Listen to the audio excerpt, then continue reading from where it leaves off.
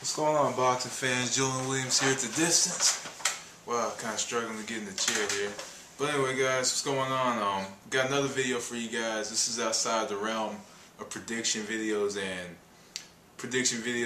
post-fight videos. I'm making a video today regarding second-generation boxers. Haven't done a video like this in a while, so I'm a little bit rusty at it. But anyway, the subject comes up as a result of the Showtime card from last Friday night. If you didn't see the card last Friday night, there was 3 second-generation boxers on the card. James McGirt Jr. There was Dia Davis, who was son of Howard Davis Jr., who was a former Olympic gold medalist and title contender back from the late 70s to mid 80s. And Aaron Pryor Jr., of course, his father is Aaron Pryor, a former world champion. But if you look at the history of boxing, there's been a lot of second-generation fighters who have never really crossed over to become big stars in the sport. And along with that, there's a few exceptions to that. Floyd Mayweather Jr., he's a second-generation boxer. But the difference between him and many other second-generation boxers is his father was pretty much a journeyman or contender at best, and he had been around the sport his entire life and learned the sport at a very young age, which is something that some of the second-generation boxers have not done. And like I said, there's a lot of fighters that come to mind when you think of second-generation boxers who have just not done well.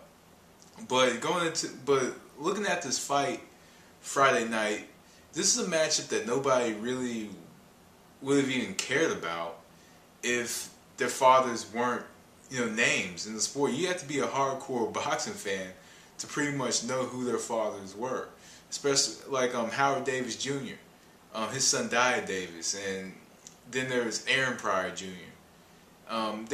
Both of them had a so-so fight. It wasn't the best fight, but you could tell that both of them are very flawed technically. There's no technicality between both fighters. It was just Aaron Pryor jabbing and landing the right hand behind the jab constantly during the fight, and Dia Davis coming forward trying to find a way to maneuver inside the jab and get inside and try to fight with Pryor. And when Pryor got tired, that's when Davis finally got inside. But overall, it was just a fight if they weren't second-generation boxers, Showtime would just not care about. And also, not to mention, not only were they not too good in the ring, but they were pretty much up in age. Aaron Pryor Jr. is 32 years old. Dia Davis is 28. And both of them have been boxing since like 2004. I believe they said about 2004. And Pryor has a little bit of amateur experience. Davis has no amateur experience. But it's weird to me how some fighters, and it happens with basketball as well. If you look at like Rick Barry is one of the 50 greatest NBA players of all time, and his sons, ended up being pretty much journeymen in the sport. John Barry, and Brent Barry, and there was another son that he had. They all ended up being journeymen in the sport, basically going from team to team. Though Brent and John Barry were good players, they're really good players in the league. They just never lived up to how their father had played, or pretty much lived up to that spectacle. And there's just a lot of people who are second generation that people expect a lot from, and they have to live up to this certain standard that their fathers have set, because in some of these cases their fathers set the bar very high. Aaron Pryor, perhaps one of the greatest light welterweights of all time. His son, who was a super middleweight, pretty much has a lot to live up to. And some of these fighters, when you look at it, they don't really have to. And this is this is something that kind of ticks me off as well. But you deal with it as a fan. It's that you got guys that really don't want to be a part of the sport. And to me, I don't think that Aaron Pryor Jr. Radiah Davis really wanted to be a part of the sport because it was like they couldn't. Both of them were college basketball players, and they didn't really excel to a higher level of basketball. And they moved over to boxing, since they couldn't get over in basketball. Same with McGirt Jr. Though McGirt Jr. has amateur experience, it's just like he was another guy who did another sport. But a lot of second generation boxers, they just don't have the hunger that their fathers have. Some of them just kind of equal the level of their fathers. Like, for example, one good example is Buster Mathis Jr. Buster Mathis Jr. was pretty much on the same level as his father for a while. I will at least say for a couple years he was a contender, but at the same time he was a contender because he was just basically a body for other heavyweights to face. Marvis Frazier was, is another one of those guys that didn't really have to fight, but he fought anyway and ended up becoming a journeyman, bum, whatever you want to call him. And I guess the point of this video is to talk about the second generation boxers and the history of it. I'm going all over the place with it. But there's so many second generation boxers that just don't want to be in the sport, but they try to capitalize on their father's name. And pretty much what happens is they end up getting exposed later on, or they don't stay in the sport. Another fighter I could think of that's actually a big name among second generation boxers is Julio Cesar Chavez Jr. No amateur experience, has more fights than the #2 best pound for pound fighter in the world, Floyd Mayweather.